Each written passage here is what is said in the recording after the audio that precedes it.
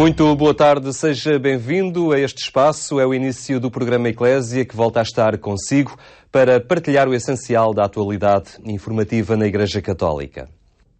O Conselho Permanente da Conferência Episcopal Portuguesa esteve reunido em Fátima para analisar alguns temas prioritários na vida da Igreja Católica. Neste encontro, sublinhou ainda que é possível viver um verdadeiro Natal, mesmo em tempos marcados pela crise. A crise financeira e a incerteza no emprego atormentam muitos portugueses que durante esta quadra natalícia passam assim por muitas dificuldades. Preocupações que os bispos portugueses conhecem e fazem questão de lembrar aos que mais sofrem que neste Natal a Igreja lembrar-se-á deles. Penso que das grandes dificuldades que qualquer pessoa sente é o isolamento, a solidão. Sabendo que há outros que se preocupam com eles, conseguem fazer alguns gestos, embora não resolver todas as dificuldades, este acompanhamento, esta solidariedade é uma fonte de esperança. Durante a reunião do Conselho Permanente da Conferência Episcopal Portuguesa foi aprovada uma nota pastoral intitulada Crise, Discernimento e Compromisso, onde os bispos alertam para a necessidade de todos os portugueses se unirem com o objetivo comum de ultrapassar a crise instalada no país. Seguramente que não estamos em tempos fáceis, mas também não estamos em tempos que não têm saída. Há saída difícil em que precisamos de estreitar a colaboração entre todos e por isso é uma mensagem de esperança, porque é uma mensagem de que é possível sair do túnel escuro onde estamos. Dignidade, bem comum, subsidiariedade e solidariedade são, segundo os bispos, a receita para lidar com o atual estado do país. Na nota pastoral sublinha-se ainda que, com a aproximação do Natal, é essencial que se converta tudo o que é idolatria do lucro, ostentação e despesismo, em estilos de vida sóbria, em que a partilha seja regra de vida e não uma exceção reservada a generosos. A Confederação Nacional das Instituições de Solidariedade Social foi distinguida com o Prémio Direitos Humanos. Esta distinção visa reconhecer o mérito da atividade desempenhada por esta confederação, cujas instituições espalhadas por todo o país lutam contra carências de toda a ordem e são para muitos uma verdadeira almofada social nestes tempos de crise económica. Um prémio que reconhece, mas também responsabiliza e obriga a não desistir. Foi desta forma que o padre Lino Maia recebeu o Prémio de Direitos Humanos, atribuído pela Assembleia da República. O presidente da Confederação Nacional das Instituições de Solidariedade lembrou que este é o reconhecimento do trabalho e da importância das IPSS no panorama atual da sociedade portuguesa. Não tem sido um percurso fácil. Começou-se por vencer alguma ignorância que existia. As instituições já existiam, os dirigentes já existiam, já se fazia muito e muito bem. Mas foi preciso primeiro mostrar que existíamos. E agora, neste contexto difícil, nesta conjuntura muito complicada, é o reconhecimento de que, de facto, estas instituições são a verdadeira almofada social deste país que tornam possível acreditar no futuro. Perante as dificuldades que o país atravessa, o padre Lino Maia assume este prémio como um compromisso que obriga instituições e Estado a dar continuidade a uma relação de colaboração que tem mostrado resultados positivos. Está a haver uma boa relação, tanto de muito diálogo, de muita compreensão, eu diria que de interajuda. O prémio recebido das mãos da Presidente da Assembleia da República, no valor de 25 mil euros, será utilizado para apoiar as instituições que apresentam dificuldades de subsistência, sendo que o Presidente da CNIS afirma estar a fazer-se tudo por tudo para que nenhuma tenha de fechar as portas. Voltar à essencialidade do essencial no Natal que acontece sempre no possível de cada um. A leitura é de Frei Fernando Ventura, capuchinho franciscano, que em dias economicamente difíceis defende que o possível pode bem ser um Natal com menos, mas um Natal melhor.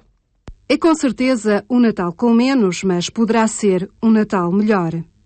A frase poderia resumir a visão de Frei Fernando Ventura deste Natal, que espreita por entre sombras gigantes que tentam tapar-lhe a luz. Mas quando perguntamos a este frade capuchinho que Natal é este que se avizinha, recentra-nos o Jesus na história. na história de há 2000 anos, onde não tinha lugar para nascer, não pela maldade do povo de Belém, mas porque uma norma socio-religiosa assim o impunha. E Jesus chegou dentro do possível da altura, numa manjedoura, tal como hoje chega dentro do possível de cada um. Mais do que sublinhar ou insistir na maldade dos habitantes de Belém, importa insistir em dois elementos fundamentais para ler o Natal, para ler o nosso Natal, para ler este sinal maior da conversão de Deus à história, da conversão de Deus a mim. Deus que chega até à minha história, Deus que chega até à nossa história, Deus que chega até cada um de nós, dentro do nosso possível.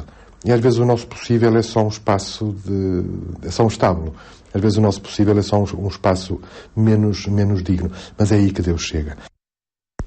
Deus chega à história sempre e quando cada um ou o coletivo for capaz de se abrir à possibilidade da sua presença. Por isso, celebrar o Natal é voltar à essencialidade do essencial.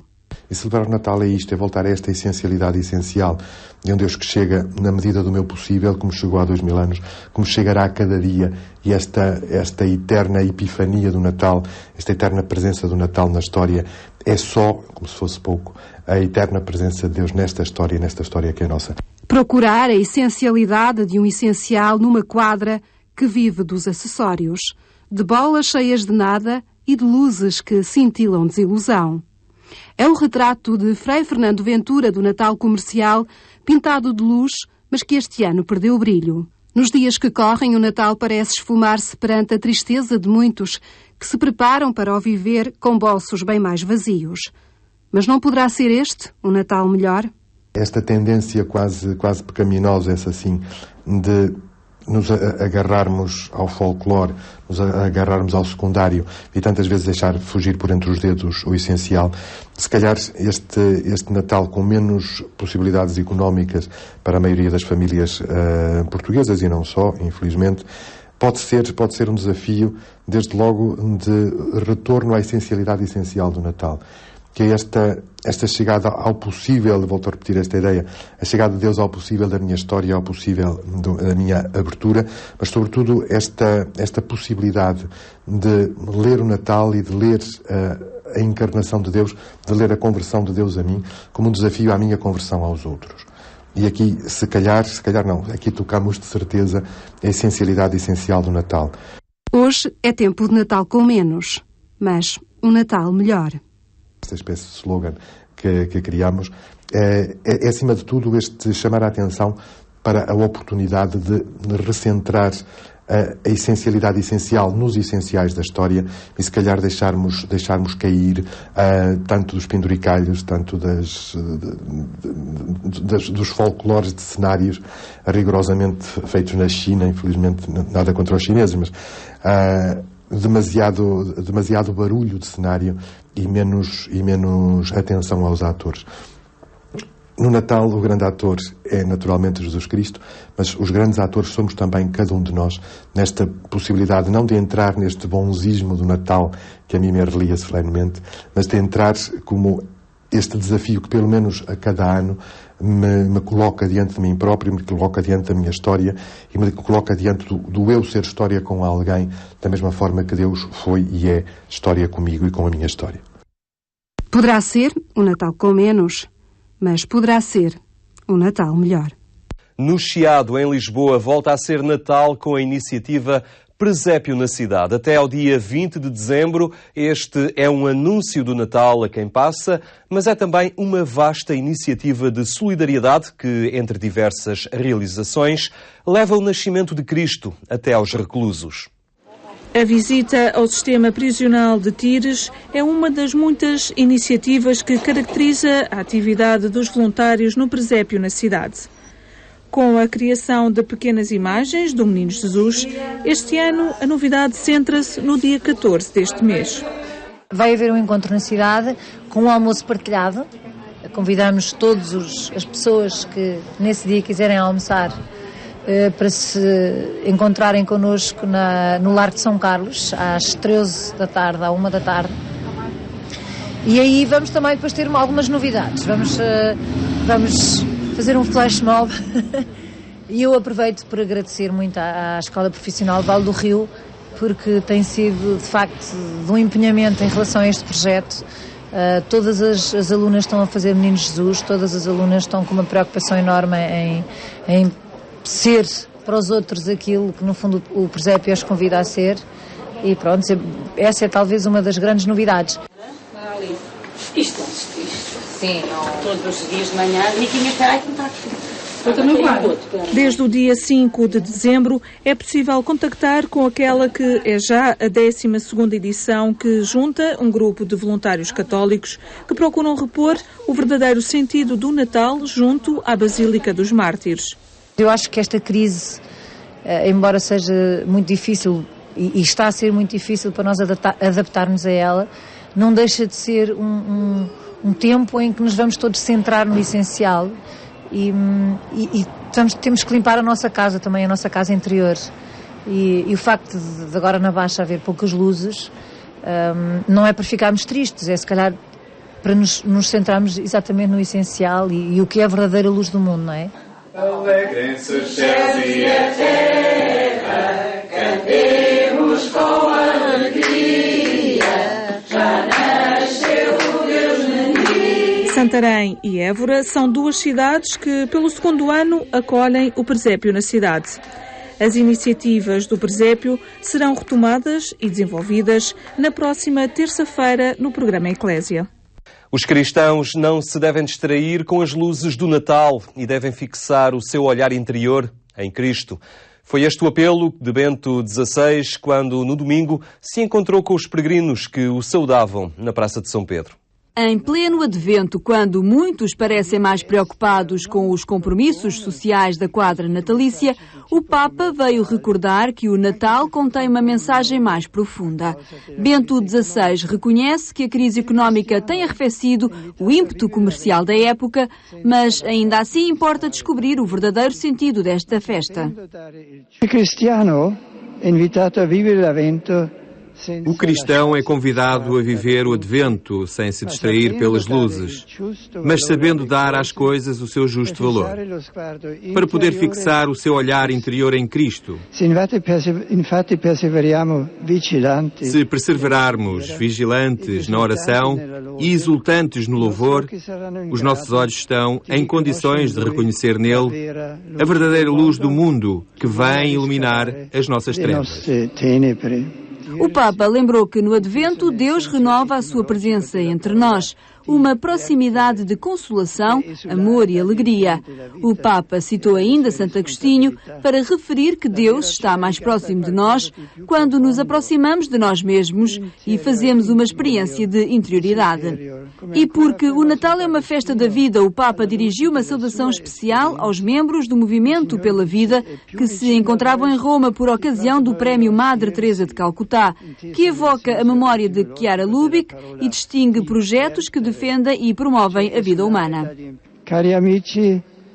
Caros amigos, no aniversário da Declaração Universal dos Direitos Humanos, recordo que o primeiro entre todos os direitos é o direito à vida. Neste domingo, a Praça de São Pedro voltou a encher-se de crianças que cumpriam a tradição dos Bambinelli. Cada uma trouxe a figura do Menino Jesus, que coloca no presépio para que o Papa a abençoe. Queridas crianças, quando rezardes diante do vosso presépio, recordai-vos também de mim, como eu me recordo de vós. Agradeço-vos e desejo um bom Natal. Momentos antes, o Papa tinha estado na periferia de Roma, onde visitou a igreja de Santa Maria das Graças. Ao presidir a tradicional missa de Advento, como o bispo de Roma, Bento XVI convidou os cristãos ali presentes a esperar Deus com alegria e a levar a sua luz ao mundo que habitamos. Santa Maria das Graças, na periferia de Roma, é um edifício moderno e acolhe também uma comunidade cristã que desta vez contou com a visita do seu bispo, o bispo de Roma, que por sinal é também o Papa. Bento XVI estava ali para presidir a missa de Advento, cujo evangelho destacava a figura de João Batista, a voz que anuncia no deserto a boa nova que está para acontecer. Para Bento XVI, importa elevar esta voz nos dias que correm. Como também hoje no deserto das grandes cidades deste mundo, da grande ausência de Deus Temos necessidade de vozes que simplesmente anunciem que Deus é sempre próximo, ainda que pareça ausente. É uma voz no deserto, é um testemunho de luz, e isto toca o coração, porque neste mundo com tantas trevas, tanta obscuridade, todos somos chamados a ser testemunhas da luz. O Papa destacou os diversos serviços desta comunidade cristã, sublinhando a ação social e os movimentos de oração, e desafiou cada membro a ter um comportamento tipicamente cristão diante do mundo. Vivei a linguagem compreensível a todos, do mundo da fraternidade, mas sem esquecer o empenho em purificar e reforçar a própria fé diante dos perigos e ataques que a podem ameaçar nestes tempos. No final, antes de partir e quando já se despedia das pessoas, Bento XVI deixava uma recomendação. Não pensem apenas nas coisas que têm que comprar e de antes ao encontro do Senhor. O Preço a Pagar é o título de um livro que relata a história da conversão de um jovem iraquiano ao cristianismo. Um livro que questiona as sociedades onde se continua a matar por questões de consciência e que, segundo o autor, deixa aos cristãos um apelo para a valorização do tesouro que têm em mãos. A tua doença é Cristo e não há remédio para ela. Nunca poderás curar-te. O meu tio Karim tira um revólver e aponta-me ao peito. Nem consigo respirar. Atrás dele, 4 dos meus irmãos desafiam-me com o olhar. Começa assim a história que é o testemunho da conversão ao cristianismo de Mohamed, hoje Joseph Fadel. O preço a pagar por me tornar cristão é o título do livro, que é uma interrogação às sociedades que matam por questões de consciência. Joseph Fadel nasceu no Iraque, no seio de uma família xiita. A descoberta do cristianismo inicia-se numa luta pela própria vida contra tudo e contra todos. Um homem que foi preso, torturado e que tem sobre si uma sentença de prisão que o obriga a viver na clandestinidade. Apesar disso, um homem que descobriu a fé e aprendeu a perdoar. Claro que a coisa mais difícil para o ser humano é perdoar, mas eu não sou melhor que Jesus, que na cruz perdoou a todos. Hoje em dia eu já perdoei toda a gente e gosto muito dos muçulmanos. Mas para chegar até ao perdão, pedi ajuda de muita gente. Para chegar ao perdão, pedia ajuda de muita gente para rezar, para me dar força para perdoar. A minha família e toda a gente que estava contra mim. Perdoei e também rezo muito pelos muçulmanos, porque eu não tenho problemas com esta gente. Perdoei. O livro, editado em Portugal numa parceria entre as edições Paulinas e a Fundação Ajuda à Igreja que Sofre, foi apresentado em Lisboa pelo analista de política internacional Nuno Rogério, para quem o testemunho deste homem é uma deixa à interrogação sobre até que ponto a religião pode ou não ser objeto de julgamento por parte da legislação de um país. A conversão não tem preço e, portanto, é difícil cada um de nós determinar o que é o preço. O que está aqui em causa, o título do livro é uma metáfora, obviamente, mas o que está aqui em causa é saber se a conversão de uma fé a outra, ou a descoberta de uma fé, é um crime à face da lei civil, ou se é uma questão de consciência. Nós aprendemos a crescer num mundo onde achamos que a fé é uma questão de consciência. A criminalização dessa questão de consciência, acho que é um atentado, obviamente, contra a humanidade. Não se trata aqui de um progresso ou de um regresso, é pura e simplesmente um atentado contra a humanidade. Portanto, este livro que se chama O Preço a Pagar é essencialmente uma questão, podia-se chamar uma questão de consciência. Claro que aqui há dificuldades. A maior parte delas é no Islão em si, que não permite mudança de religião, não deixa margem para qualquer muçulmano se converter a uma qualquer outra religião.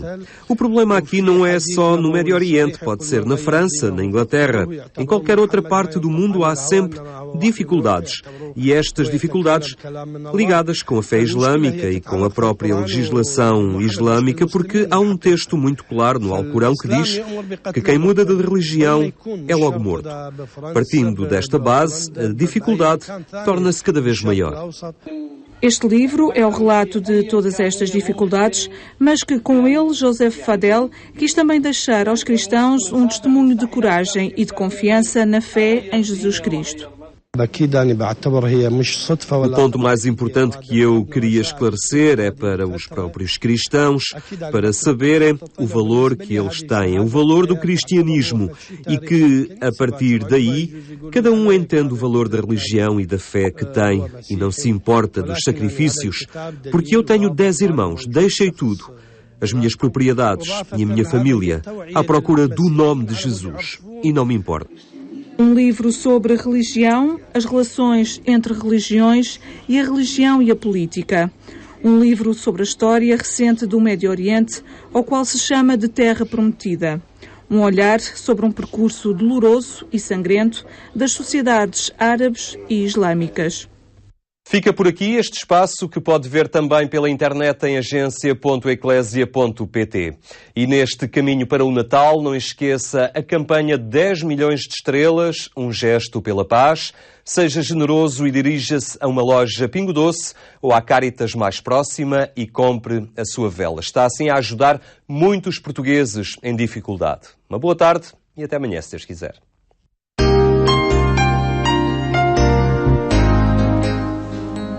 Este ano, na noite de 24 de dezembro, ao acender uma vela como esta, está a contribuir para um Natal melhor de milhares de pessoas. Ajuda Caritas. Seja portador da luz. Colabore com a Caritas Portuguesa. E na noite de 24 de dezembro, acenda uma vela pela paz.